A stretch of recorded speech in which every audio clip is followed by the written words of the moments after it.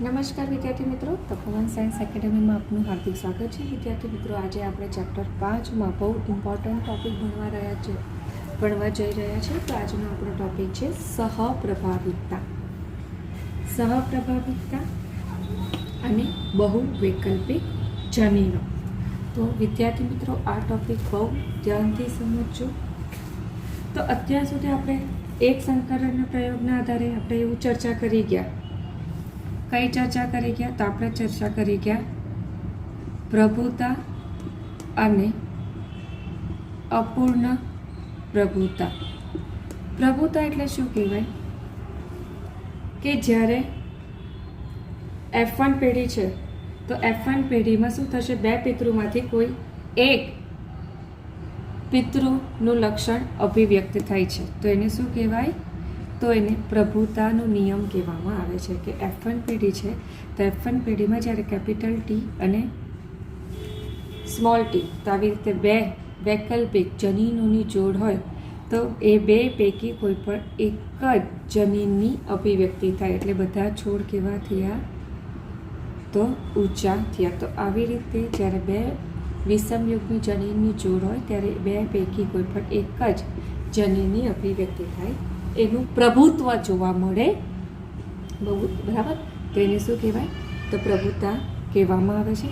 જ્યારે આપણે મેન્ડલે આપેલા કેટલાક નિયમો છે તેની આપણે મર્યાદાઓ જોઈ. કઈ મર્યાદા જોઈ? તો અપૂર્ણ પ્રભુતા. તો અપૂર્ણ પ્રભુતામાં શું થશે? કે જ્યારે F1 પેઢીનું નિરીક્ષણ કરવામાં આવ્યું ત્યારે આપણે શ્વાનના પુષ્પો યાદ રાખવાનું. તો F1 પેઢી શું થયા? તો F1 પેઢીમાં આપણને મધ્યસ્થી સંયોજન જોવા મળ્યું. એટલે કે લાલ અને સફેદ પુષ્પનું સંયોજન, એટલે કે ગુલાબી પુષ્પ જોવા મળે. એટલે અહીંયા શું થયું? કેપિટલ W અને સ્મોલ W બે પૈકી કોઈ પણ એક જનીનનું પ્રભુત્વ જોવા નહીં મળ્યું. આ જનીનનું પણ પૂર્ણ પ્રભુત્વ જોવા નહીં મળ્યું અને સ્મોલ W જનીનનું પણ પૂર્ણ પ્રભુત્વ જોવા નહીં મળ્યું. એ બેની વચ્ચેનું એટલે કે વચગાળાની સ્થિતિ જોવા મળી. બરાબર ને? તો એને શું કહેવામાં આવે? તો એને અપૂર્ણ પ્રભુતા કહેવામાં આવે છે. તો વિદ્યાર્થી મિત્રો, અહીંયા શબ્દ પકડજો. અહીંયા કયો શબ્દ છે? તો અહીંયા શબ્દ છે સહપ્રભાવિતા. સહપ્રભાવિતા એટલે શું કહેવાય? કે બંને જનીન છે તો એ જનીનની અભિવ્યક્તિ સાથે થાય. એટલે કે બંને જનીન પ્રભાવિતાનો ગુણધર્મ ધરાવે છે. બરાબર? જો સહપ્રભાવિતા એટલે કે બંને જનીન, ધારો કે હવે આ કેપિટલ આઈ છે, કેપિટલ, બરાબર, ધારો કે કેપિટલ ટી છે અને આ સ્મોલ ટી છે, આ બે જનીન છે. તો આ બંને જનીન એક સાથે અભિવ્યક્ત થાય તો એને શું કહેવામાં આવે? સહપ્રભાવિતા કહેવામાં આવે છે. તો આવી રીતે જ્યારે પણ જે બે જનીનની જોડ છે તો એ બંને માંથી કોઈ પણ એક પ્રભાવી કે પ્રચ્છન્ન તરીકે વર્તે નહીં.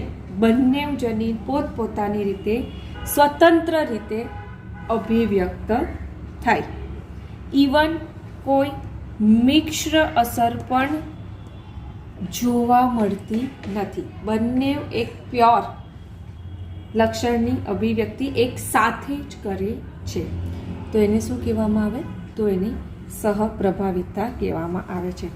તો પહેલાં આપણે સહપ્રભાવિતાની વ્યાખ્યા જોઈ લઈએ કે જોડમાં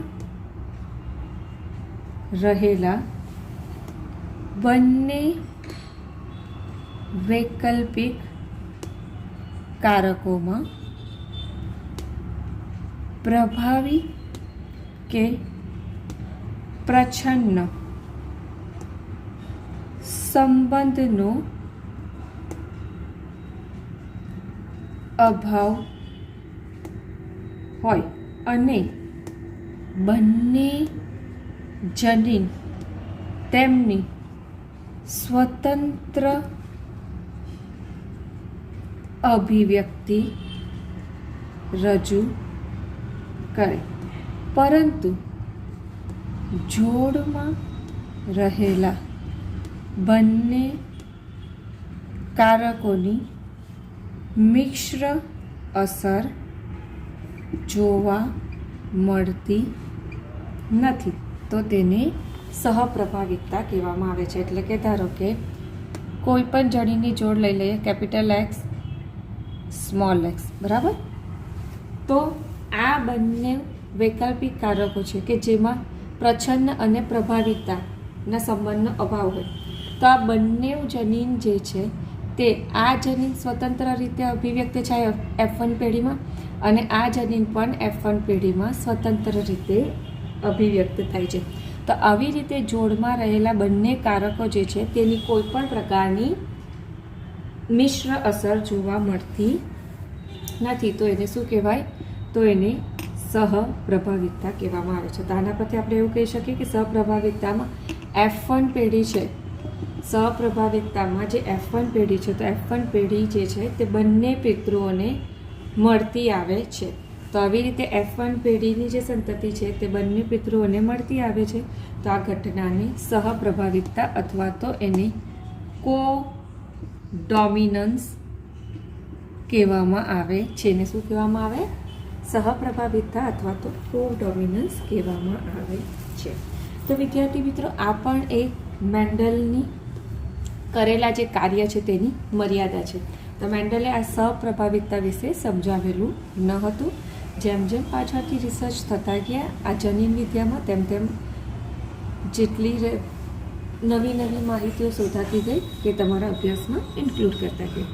તો આનું એક સરસ મજાનું ઉદાહરણ તમારા ચોપડીમાં આપેલું જ છે, બરાબર. પણ એ પહેલાં આપણે એક બેઝિક એક્ઝામ્પલથી સમજીએ કે જેથી કરીને તમને જે ચોપડીમાં એક્ઝામ્પલ આપેલું છે બ્લડ ગ્રુપનું તે તમે સમજી શકો. તો શું થયું કે હવે આપણે સમજીએ કે F1 પેઢી છે. તો સહપ્રભાવિતતાનું એક એક્ઝામ્પલ લઈએ. F1 પેઢી છે કે જેમાં બે શુદ્ધ જાતો લીધી. કઈ બે શુદ્ધ જાતો? તો પહેલી શુદ્ધ જાત લીધી લાલ રંગની રૂવાટી ધરાવતી ઢોરની શુદ્ધ જાત, બરાબર. એટલે કે ઢોર છે તો ઢોરની રૂવાટી કેવી? લાલ રંગની જોવા મળે છે. કારણ કે F1 પેઢી, અરે સોરી પી પેઢી, અહીંયા F1 પેઢી નહીં, અહીંયા શું? પી પેઢી. પી પેઢી હંમેશા કેવી હોય છે? શુદ્ધ હોય છે. પી પેઢી હંમેશા કેવી હોય? તો શુદ્ધ હોય છે. તો ત્યારબાદ એની સામે સ્વાભાવિક છે વૈકલ્પિક લેવું જ પડે. તો કયું લીધું? તો સફેદ રંગની રૂવાટી ધરાવતી ઢોરની શુદ્ધ જાત. તો હવે આ બે વચ્ચે, આ બે ઢોરની જે શુદ્ધ જાત છે તેમની વચ્ચે શું કરાયું? તો એમની વચ્ચે સંકરણ કરાયું, બરાબર. તો સંકરણ કરાવતા આપણને જે પેઢી મળે તેને શું કહીએ? તો એને આપણે કહીએ F1 પેઢી. એને આપણે શું કહીએ? તો એને આપણે કહીએ છીએ F1 પેઢી. તો આ, બરાબર. તો આ જે લાલ રંગની રૂવાટી ધરાવતી જે શુદ્ધ જાત છે તેનું જનીન બંધારણ છે કેપિટલ R, કેપિટલ R. અને સફેદ રંગની જે રૂવાટી ધરાવતી ઢોરની જે શુદ્ધ જાત છે તેનું બંધારણ છે સ્મોલ r, સ્મોલ r. તો આમાંથી જે જન્યુનું નિર્માણ થાય તો એનું જનીન બંધારણ શું હશે? Capital R. આમાંથી જે જન્યુનું નિર્માણ થાય તો એનું જનીન બંધારણ હશે સ્મોલ r. તો આ જ્યારે પણ આ બે જન્યુઓનું જોડાણ થશે તો F1 પેઢીમાં આપણને કયું જનીન બંધારણ જોવા મળશે? તો સ્મોલ r, કેપિટલ R. તો આપણે અત્યાર સુધી મેન્ડલ ભણી ગયા તો એમાં શું થાય છે? F1 પેઢી જે છે ત્યાં બે પિતૃ પૈકી કોઈ એક લક્ષણની અભિવ્યક્તિ કરે છે. તો આપણે એવું જ માની લઈએ કે અહીંયા F1 પેઢી લાલ રંગની રૂવાટી ધરાવતી થશે, પણ અહીંયા એવું થતું નથી. આમાં F1 પેઢી કે જેનું જનીન બંધારણ કેપિટલ R, સ્મોલ r છે તો એમાં શું થશે? બંને પિતૃના લક્ષણની અભિવ્યક્તિ થાય છે. જ્યારે ઢોરમાં આ સંકરણનો પ્રયોગ કરવામાં આવ્યો ત્યારે શું થયું? F1 પેઢી છે તે બંને પિતૃની અભિવ્યક્તિ કરે છે. એટલે કે થોડા જગ્યા પર લાલ રંગની રૂવાટી જોવા મળશે, થોડા જગ્યા પર સફેદ રંગની રૂવાટી ઢોર છે તો ઢોરના શરીર પર જોવા મળે છે. તો આવી રીતે લાલાશ પડતી ભૂખરી રૂવાટી ધરાવતો જે ઢોર છે તે F1 પેઢીમાં મળે છે. તો F1 પેઢીમાં શું થયું? બંને પિતૃના લક્ષણોની અભિવ્યક્તિ થાય છે. તો અહીંયા કીધું તો આર જનીન જે લાલાશ પડતા રંગ માટે જવાબદાર છે તે પણ પોતાની અભિવ્યક્તિ કરે છે, અને સ્મોલ આર જનીન કે જે સફેદ રંગ માટે જવાબદાર છે, તો અહીંયા સફેદ રંગની પણ રૂંવાટી F1 પેઢીમાં જોવા મળે છે. તો અહીંયા થઈ ગયું ને F1 પેઢી કે જેમાં બંને પિતૃઓના લક્ષણની અભિવ્યક્તિ થઈ છે. પછી એમણે શું કર્યું? F1 પેઢીમાં અંતઃસંકરણ કરાયું, એટલે કે આ F1 પેઢી છે તો બીજી F1 પેઢી સાથે એમણે અંતઃસંકરણ કરાવ્યું. તો અંતઃસંકરણ કરતાં જે હવે તમને આઈડિયા આવી જ ગયેલો છે. તો અંતઃસંકરણ કરતાં જે F2 પેઢી છે, તો F2 પેઢીમાં 3 પ્રકારના જનીન જોવા મળે: capital R, capital R small R અને સ્મોલ આર. તો હવે એને આપણે પુનેટ સ્ક્વેર દ્વારા સમજીએ. તો અહીંયા કેપિટલ આર, સ્મોલ આર, કારણ કે F1 પેઢીનું સંકરણ F1 પેઢી સાથે જ કરવાનું છે, અંતઃસંકરણ. તો આનામાંથી જન્યુનું નિર્માણ કરીએ તો કેપિટલ આર, સ્મોલ આર. આનામાં જન્યુનું નિર્માણ થાય તો કેપિટલ આર, સ્મોલ આર. તો આનું જોડાણ આની સાથે થાય તો સ્મોલ આર વાળું ફલિતાંશ બને. આનું જોડાણ આની સાથે થાય સ્મોલ આર, કેપિટલ આર.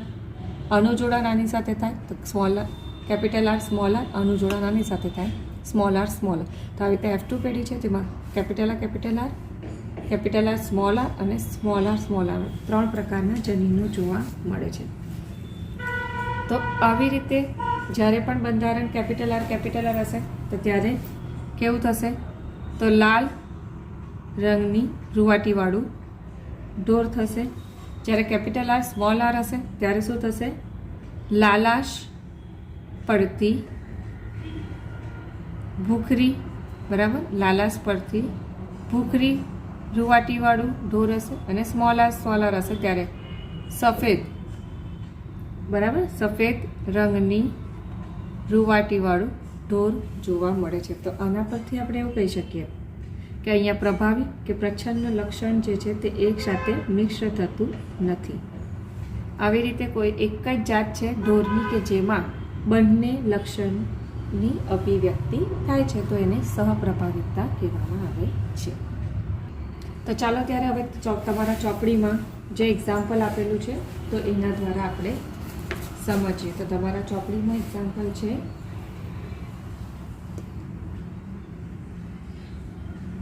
મનુષ્યનું રુધિર જૂથ. તો મનુષ્યમાં ABO રુધિર જૂથનું નિર્ધારણ વિભિન્ન પ્રકારના રક્તકણો વડે થાય છે. એટલે કે મનુષ્ય છે તો મનુષ્યમાં બ્લડ ગ્રુપ A થશે, B થશે, AB થશે કે O થશે. તો આ 4 પૈકી કયું બ્લડ ગ્રુપ થશે? એ રક્તકણ પર હાજર રહેલા એન્ટીજન પર રહેલું છે. તો તમે ધોરણ 11 છે તો 11માં ભણી જ ગયેલા છો કે રક્તકણ છે તો રક્તકણની સપાટી પર 2 પ્રકારના એન્ટીજન જોવા મળે છે. તો કયા એન્ટીજન? તો A અને B. હવે આપણે આગળ વાત કરીએ તો આ જે ABO રુધિર જૂથનું નિયંત્રણ માટે જો જવાબદાર જનીન હોય તો એ જનીન છે I. તો આવી રીતે I જનીન છે કે જે ABO રુધિર જૂથનું નિયંત્રણ કરે છે. બરાબર, શું કરે છે? તો ABO રુધિર જૂથનું નિયંત્રણ કરે છે. તો હવે રક્તકણ છે. હવે આ જે રક્તકણ છે તો આ રક્તકણની જે કોષરસ સ્તરની જે સપાટીની બહાર ઉપસી આવેલો આ જે શર્કરા પોલિમર છે, બરાબર, એટલે કે જેને આપણે એન્ટીજન કહીએ છીએ કે રક્તકણની સપાટી પર આ જે ઉપસી આવેલો શર્કરાનો જે પોલિમર છે તેને આપણે શું કહીએ છીએ? તો એન્ટીજન કહીએ છીએ. તો જો રક્તકણની કોષરસની સપાટી પર બહારની તરફ ઉપસી આવેલો જો એન્ટીજન A હોય તો બ્લડ ગ્રુપ એ જોવા મળશે. હવે રક્તકણની સપાટી પર બરાબર આવી રીતે શર્કરાનું પોલિમર જોવા મળે, અલગ પ્રકારનું, જે આ એથી અલગ પડે. બરાબર, આ જે પોલિમર છે તો આ શર્કરાનું જે પોલિમર છે તે આ બંને થોડા ઘણા અંશે શું થાય છે તો અલગ પડે છે. તો આવી રીતે અહીંયા આને આપણે નામ આપી દઈએ બી. હવે આપણને ખબર છે કે રક્તકણ છે તો રક્તકણની સપાટી પર એન્ટીજન ગેરહાજર પણ હોય છે. તો આવી રીતે રક્તકણ છે તો રક્તકણની સપાટી ઉપર શર્કરા, બહારની સપાટી પર ઉપસી આવેલી શર્કરાનું પોલિમર જોવા મળે છે. અને બીજી વસ્તુ એ કે આ જે બે પોલિમર છે બરાબર, આ બંને પોલિમર એ અને બી કે જે એકબીજાથી અલગ પડે છે. કેવું છે તો એકબીજાથી અલગ પડે છે. તો આવી રીતે એ પોલિમર, શર્કરાના પોલિમર માટે જે જવાબદાર જનીન હોય તેને આપણે કહીએ IA. બરાબર, તો આ એ પોલિમર બનાવવા માટે જે જવાબદાર જનીન હોય બરાબર, આ એ એન્ટીજનનું નિયંત્રણ કરતું જનીન કયું છે તો IA. બરાબર, જ્યારે રક્તકણ છે તો રક્તકણની સપાટી પર બી એન્ટીજન પ્રેઝન્ટ હોય તો એને નિયંત્રણ કરતું જનીન છે IB. જ્યારે રક્તકણ છે તો રક્તકણની સપાટી પર કોઈ પણ પ્રકારની શર્કરા જોવા મળતી નથી તો આપણે એને કહીશું સ્મોલ I. તો આ જ્યારે પણ એલીલ સ્મોલ I પ્રેઝન્ટ હોય તો એ કોઈ પણ પ્રકારની શર્કરાનું ઉત્પાદન કરતું નથી. તો આવી રીતે IA જનીન કે જે એ શર્કરાના ઉત્પાદન કરે છે, IB જનીન કે જે બી શર્કરાનું ઉત્પાદન કરે છે, અને આ બંને શર્કરા એકબીજાથી અલગ પડે છે.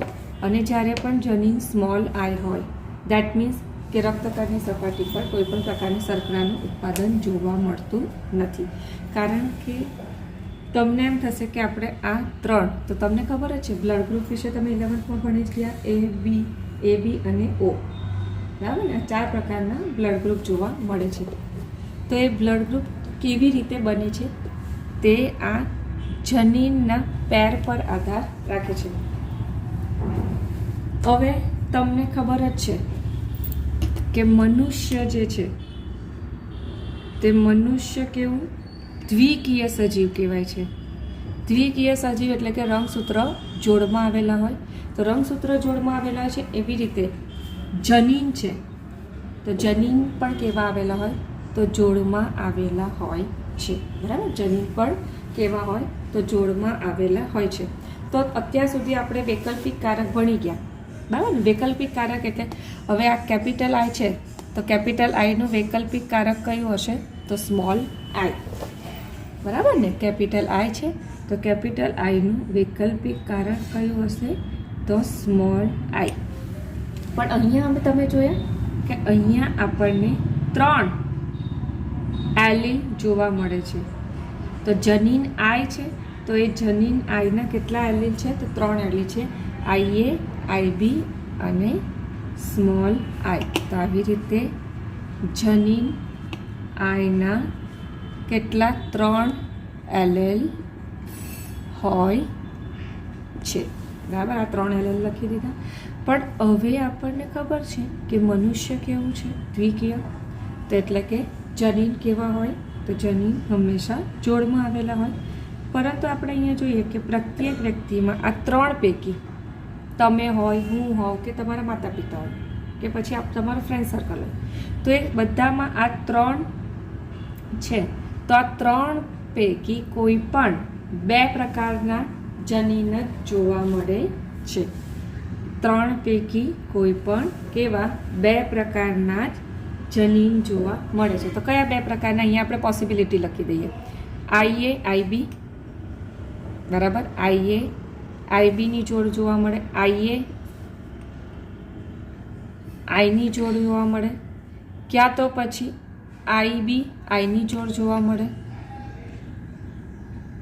ક્યાં તો પછી આઈબીની આઈએ સાથે જોડ જોવા મળે. તે ઓલરેડી લખી દીધું. હવે બીજી વસ્તુ, આનું સેમ ટુ સેમ હોય છે ને, સમયુગ્મી જનીનની પણ જોડ હોય, તો આઈએ પણ હોય, આઈબી પણ હોય અને સ્મોલ આઈ પણ હોય. તો આવી રીતે 6 અલગ અલગ પ્રકારના જનીનની જોડ જોવા મળે છે જ્યારે 3 વૈકલ્પિક કારકો હશે ત્યારે. બરાબર ને?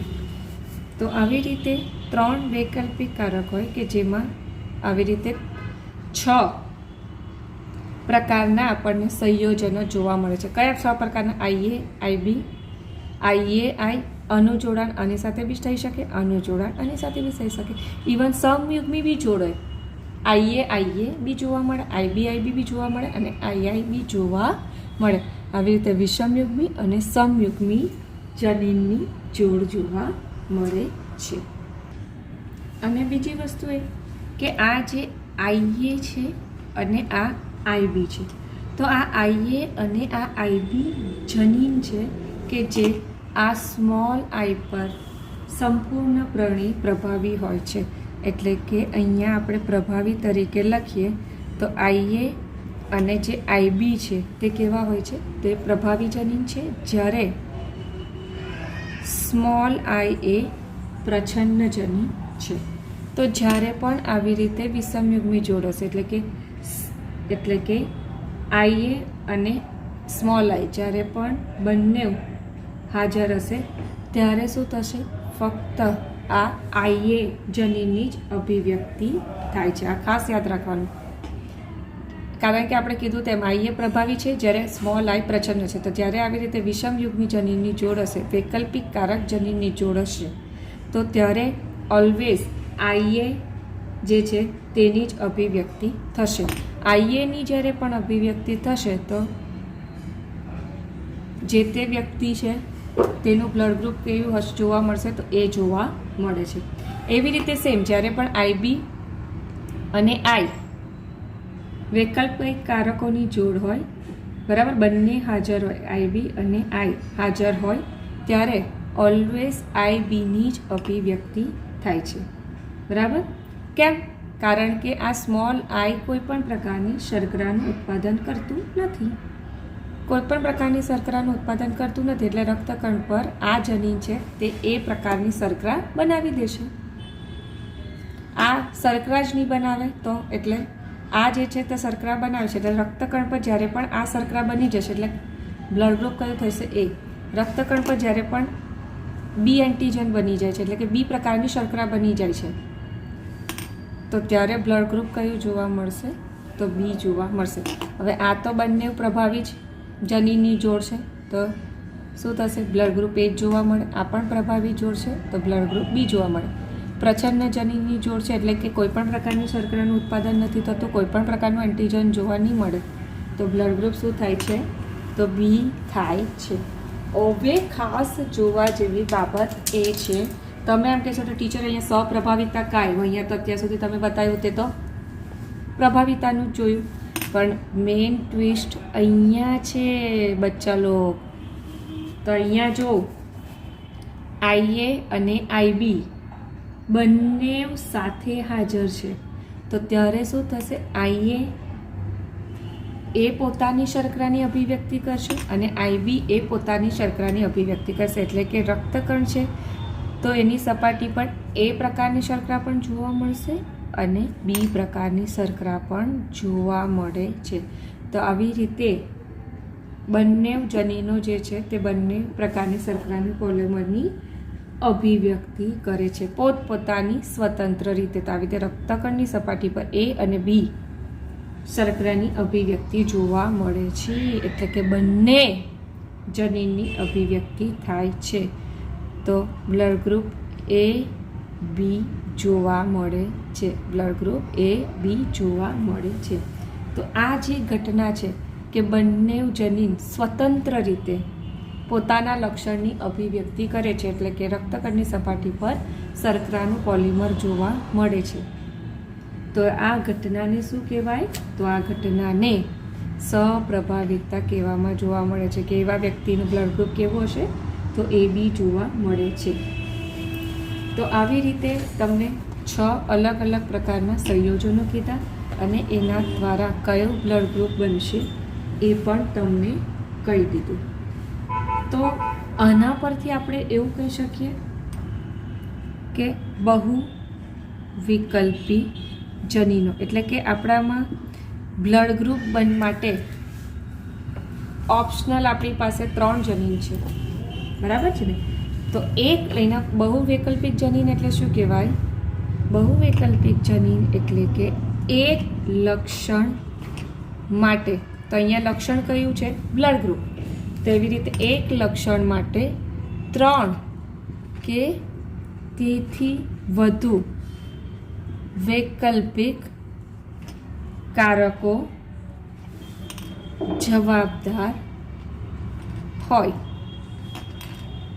તો તેને બહુ વિકલ્પી જનીન એટલે કે મલ્ટિપલ એલેલ કહેવામાં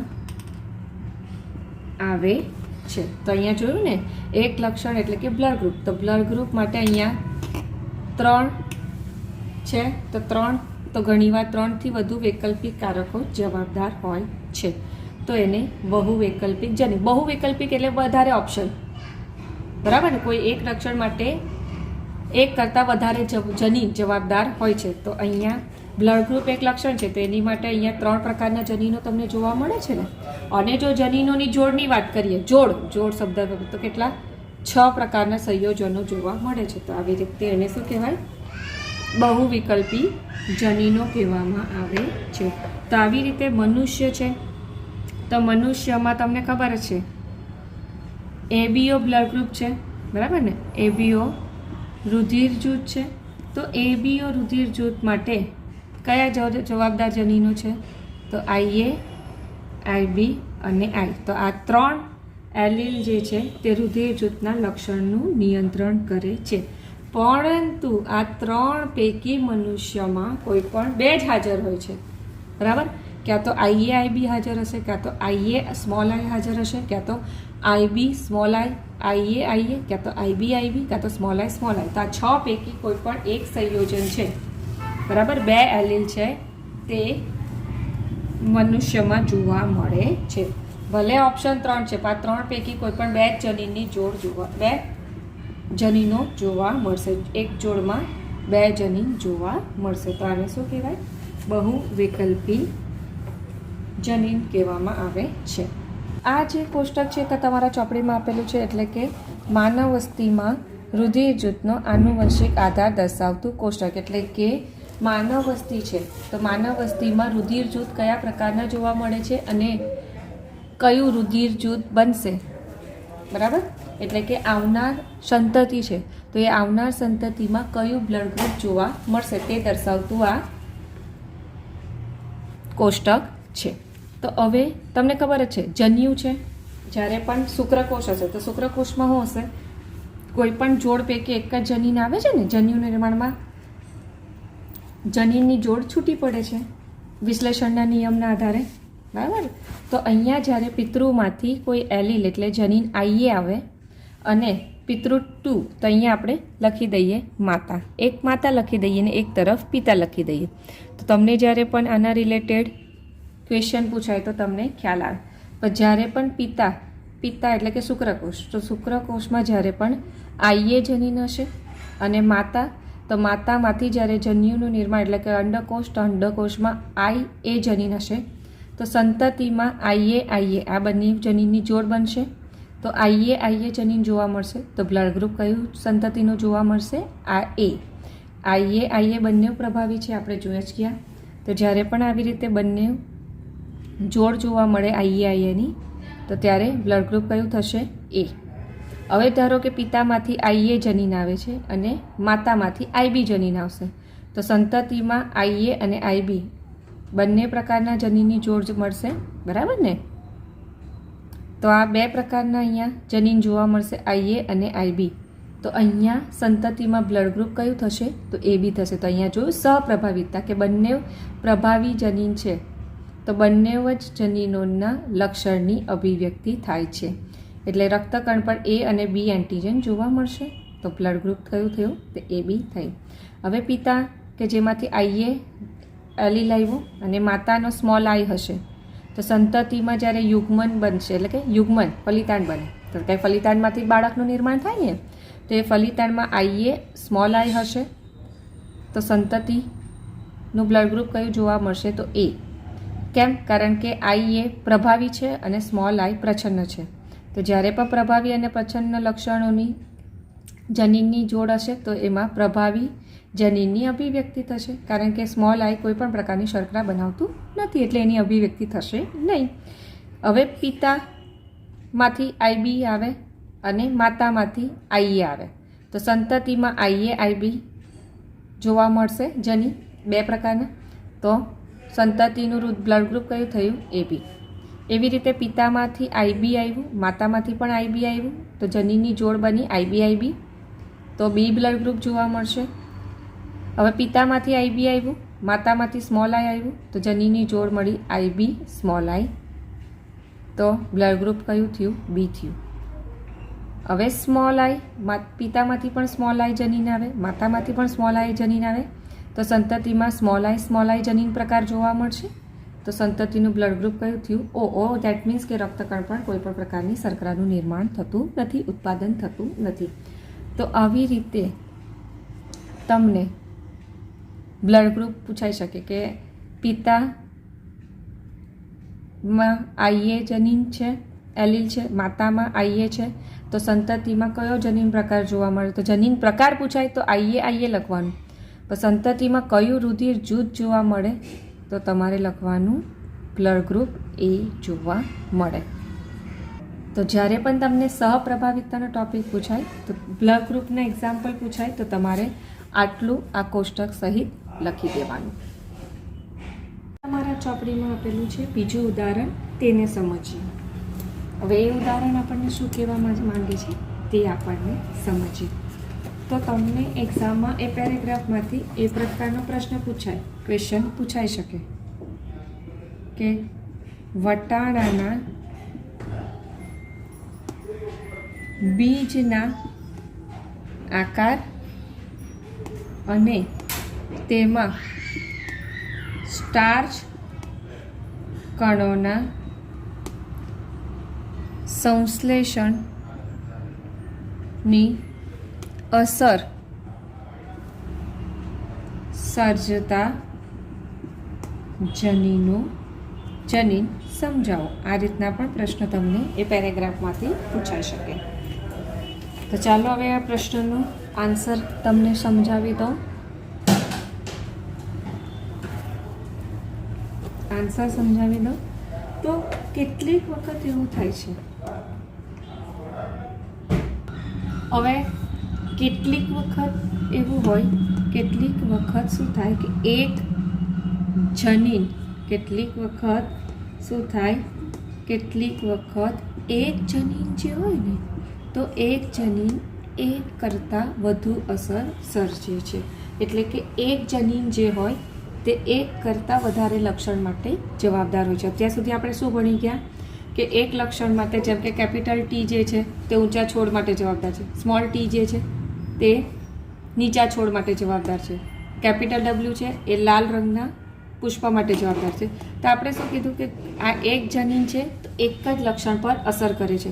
પણ ઘણીવાર એવું હોય છે કે એક જનીન એવું હોય છે કે જે એક કરતાં વધારે લક્ષણ માટે પણ જવાબદાર હોય છે.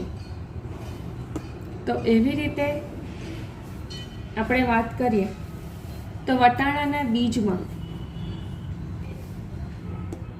બરાબર, વટાણાનું જે બીજ છે તો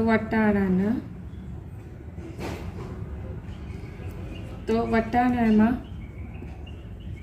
બીજના આકાર માટેના જનીન, બરાબર, આકાર માટેના જનીન તેમજ બીજમાં સ્ટાર્ચ કણોના સંશ્લેષણનું નિયંત્રણ કરતા જનીન જે છે તો એ છે કેપિટલ બી અને સ્મોલ બી. બરાબર.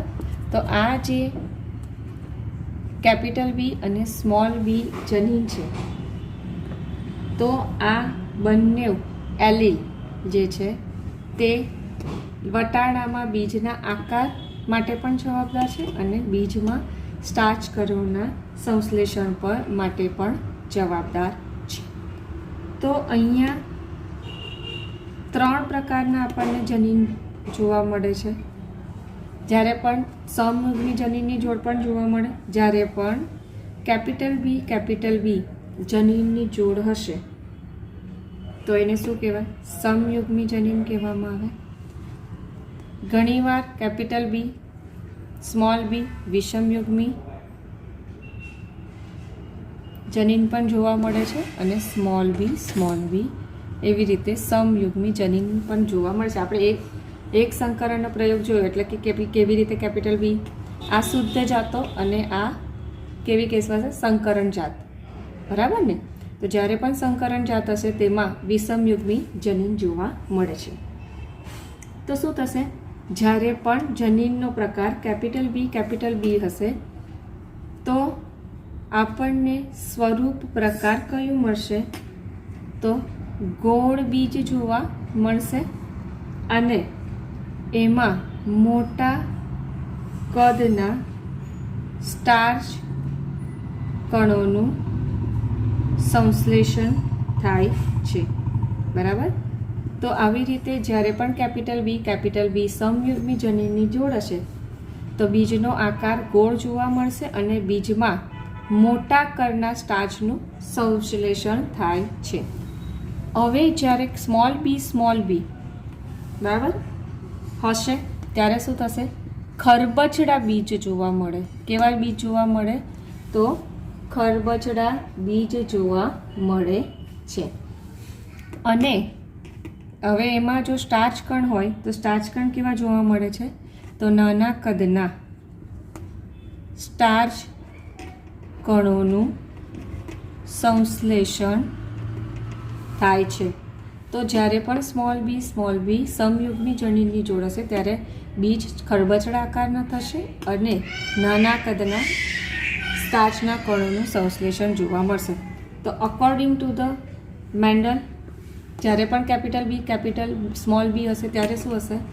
તો પ્રભાવી જે જનીન હોય તેની અભિવ્યક્તિ થાય છે. તો એક લક્ષણ એવું સેમ જોવા મળ્યું, જેમ કે ગોળ બીજનો આકાર ગોળ જોવા મળ્યો, પરંતુ અહીંયા મધ્યમ કદના સ્ટાર્ચ કણોનું સંશ્લેષણ થાય છે. એક સ્વરૂપ પ્રકાર એક પિતૃને મળતો આવ્યો સેમ ટુ સેમ, પરંતુ બીજો સ્વરૂપ પ્રકાર છે એ પિતૃને મળતો આવતો નથી. જો અહીંયા કયો થયો? તો મધ્યમ કદના સ્ટાર્ચ કણોનું સંશ્લેષણ થયું. બાકી જનરલી આપણે શું કહીએ છીએ? વટાણામાં કેપિટલ બી પ્રભાવી છે. આ કેપિટલ બી છે તે શું કહેવાય? પ્રભાવી છે. અને સ્મોલ બી છે તે શું છે? તો એ પ્રચ્છન્ન જનીન છે. પરંતુ જ્યારે આવી રીતે વિષમ યુગ્મી સ્થિતિ હશે એટલે કે કેપિટલ બી સ્મોલ બી, તો ત્યારે બીજનો જે આકાર છે તે પ્રભાવી અભિવ્યક્તિ થાય છે, એટલે કે ગોળ આકારના બીજ થાય છે. પરંતુ જો આપણે સ્ટાર્ચના કણ જોઈએ તો આઈડિયલી કેવા થવા જોઈએ? મોટા કદના સ્ટાર્ચ થવા જોઈએ. બરાબર. મોટા કદના સ્ટાર્ચનું સંશ્લેષણ થવા જોઈએ, પણ અહીંયા એવું થતું નથી. બીજો સ્વરૂપ પ્રકાર એ પિતૃ જેવો મળતો આવતો નથી. એટલે કે સ્ટાર્ચના જ્યારે કદની વાત કરીએ તો સ્ટાર્ચના કણના કદ માટે જે સ્વરૂપ પ્રકાર જે છે તો એ શું દર્શાવે છે? તો એ અપૂર્ણ પ્રભુતા દર્શાવે છે. બરાબર. તો અહીંયા પૂર્ણ પ્રભુત્વ જોવા મળતું નથી, બરાબર ને? અહીંયા કેવું, જ્યારે પણ વિષમયુગ્મી હશે તો આ એક મેન્ડલની શું થાય, મર્યાદા થઈ કે અહીંયા આવી રીતે જ્યારે ઘણીવાર એવી પોસિબિલિટી બી થઈ શકે કે વિષમયુગ્મી હોય તો એક લક્ષણ પિતૃને મળતું આવે, પણ બીજું લક્ષણ જે છે તે પિતૃ કરતાં અલગ જ થયું, એટલે કે ની તો મોટા કદના થયા, ન તો નાના કદના થયા, અપૂર્ણ પ્રભુત્વની જેમ વચગાળાની સ્થિતિ જોવા મળી. તો આવી રીતે આપણે કહી શકીએ, બરાબર, કે બીજ, આના પરથી એવું કહી શકીએ કે આ જે બીજનો આકાર છે એ સ્ટાર્ચના કદ પર આધારિત નથી. બાકી પહેલાં એવું માનતા કે ભાઈ બીજનો આકાર કેમ છે, કારણ કે એમાં મોટા કદના સ્ટાર્ચ કણનું સંશ્લેષણ થાય છે. તો આના પરથી એવું સાબિત થઈ ગયું, ભલે બંને લક્ષણ માટે જવાબદાર જનીન એક જ છે, પરંતુ ઘણીવાર એવું થઈ શકે, બરાબર, કે જ્યારે બે લક્ષણની અભિવ્યક્તિ થાય તો બંને લક્ષણ કેવા, સ્વતંત્ર છે. એટલે કે બીજનો જે આકાર છે એ સ્ટાર્ચના કણના કદ પર આધારિત નથી, બરાબર, એ આધારિત નથી. તો આમ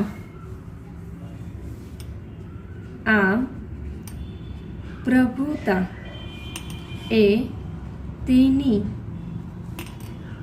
માહિતી ધરાવતા જનીન તથા તે જનીનની નિપજનું સ્વાયત્ત એટલે કે એને શું કહેવાય, ઓટોનોમસ.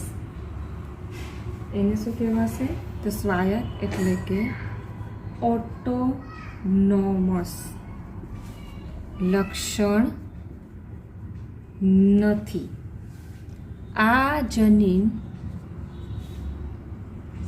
એકથી વધુ સ્વરૂપ પ્રકાર પર પ્રભાવ દર્શાવતું હોય તે કિસ્સામાં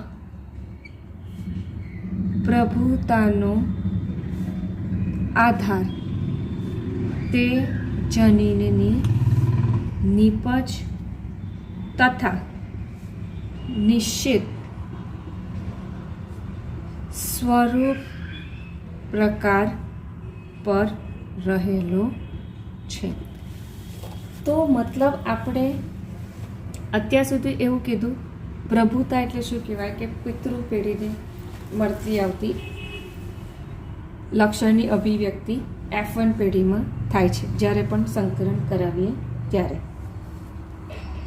તો આ સેન્ટેન્સ ખૂબ સમજવા જેવું છે કે પ્રભુતા એ તેની માહિતી ધરાવતા જનીન તથા જનીનનું નિપજ સ્વાયત્ત લક્ષણ નથી. તો આ જે સેન્ટેન્સ છે, તો એ સેન્ટેન્સનો કહેવાનો મતલબ એવો છે કે બીજનો જે આકાર છે એ સ્ટાર્ચના કણના કદના આધારે નથી. એટલે કે કોઈ પણ જનીન, કેપિટલ બી લઈએ તો કોઈ પણ જનીન જે માહિતી ધરાવે છે તો તેના દ્વારા જે નિપજ સર્જાય છે, બરાબર, તેના દ્વારા આ જે નિપજ સર્જાય છે તો તે માત્ર નિપજનું એક લક્ષણ છે એવું કહી ન શકો. કેમ?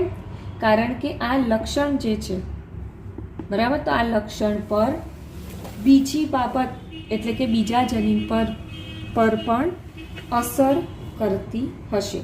મતલબ કહેવાનો મતલબ એવો થાય, જ્યારે પણ આપણે કોઈ જનીન છે તો એ જનીન જે માહિતી ધરાવે છે, બરાબર, તો એ માહિતી જે ધરાવે છે અથવા તો આ જે જનીન છે તેના દ્વારા જે નિપજ એટલે કે ગોળ આકારના જે બીજ બને છે અને જે સ્ટાર્ચના કણોનું સંશ્લેષણ થાય છે તો એને શું કહેવાય, તો એ નિપજ.